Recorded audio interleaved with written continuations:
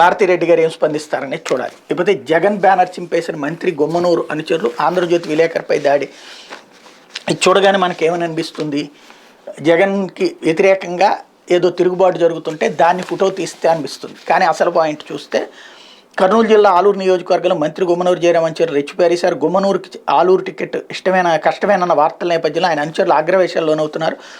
అస్సరి అంబేద్కర్ కూడల్లో మంత్రి జయరాం తనయుడు గుమ్మనూరు ఈశ్వర్, తమ్ముళ్ళు నారాయణ, శ్రీనివాసులు సహా చెప్పగిరి నుంచి అనుచరులు సీఎం జగన్ జన్మదినం సంబరాలు జరుపుకుని కేక్ కట్ చేశారు.